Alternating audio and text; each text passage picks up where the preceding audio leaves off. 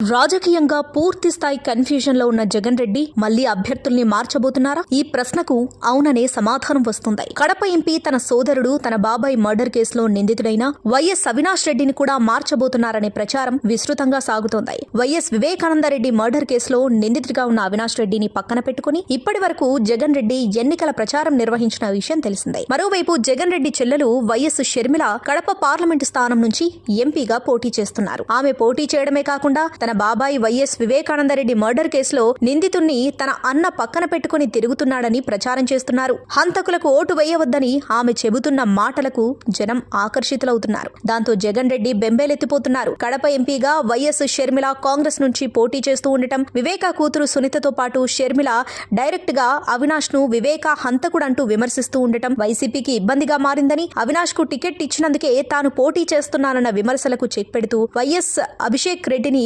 రంగంలోకి దింపాలన్న ఆలోచనలో జగన్ రెడ్డి ఉన్నట్లు తెలుస్తోంది. ఇప్పటికే అవినాష్ బెయిల్ రద్దుపై సిబిఐ కోర్టులో బలంగా వాదిస్తున్న తరుణంలో ఎన్నికలు దగ్గరకొచ్చాక బెయిల్ రద్దయితే ఆ ప్రభావం రాష్ట్రమంతా ఉంటుందని, ముందే అవినాష్ రెడ్డిని తప్పిస్తే బెటర్ అన్న ఉద్దేశం జగనైన్ కోలో ఉందని ప్రచారం జరుగుతోంది. నామినేషన్లకు సమయం దగ్గర పడుతున్న నేపథ్యంలో మారిస్తే క్యాడర్ కు రాంగ్ మెసేజ్ వెళ్తుందా అన్న తర్జన భర్జనలో అధినాయకత్వం ఉన్నట్లు తెలుస్తోంది. అదేవిధంగా 3 అసెంబ్లీ సీట్లలో అభ్యర్థులను మార్చేందుకు నిర్ణయం జరిగిపోయిందా అనే ప్రశ్నకు వైసీపీ పెద్దల నుండి అందుతున్న సమాచారం ప్రకారం అవుననే సమాధానం వస్తుంది. కూటమిలో ఉన్న పార్టీల మధ్య ఓట్లు బదిలీ కావని, గ్రూపులతో తమకే లాభం జరుగుతుందని వైసీపీ మొదట అంచనా వేసింది. కూటమిలో పార్టీల మధ్య చిన్న చిన్న అసంతృప్తులను పెద్దగా చేసి చూపే ప్రయత్నంతో పాటు కొందరు నాయకులతో టచ్ లో ఉండి పెద్దది చేసే ప్రయత్నం చేసినా ఫలితం శూన్యం. పైగా ఎన్నికలకు సమయం దగ్గర పడుతున్న కొద్దీ కూటమిపై సానుకూల మౌత్ పబ్లిసిటీ వస్తూ ఉండటం వైసీపీ పెద్దల్లో కలవరం పెడుతుంది. దీంతో కొన్ని చోట్ల ఇప్పటికే ప్రకటించిన సీట్లలో మార్పులు చేర్పులు ఉండబోతున్నాయని తెలుస్తోంది. ముఖ్యంగా మైలవరం నుండి సిట్టింగ్ ఎమ్మెల్యే వసంత కృష్ణప్రసాద్ టీడీపీ నుండి పోటీ చేస్తున్నారు. చంద్రబాబు సన్నిహితుడిగా ఉండే దేవినేని ఉమను కాదని గెలిపే లక్ష్యంగా వసంతకు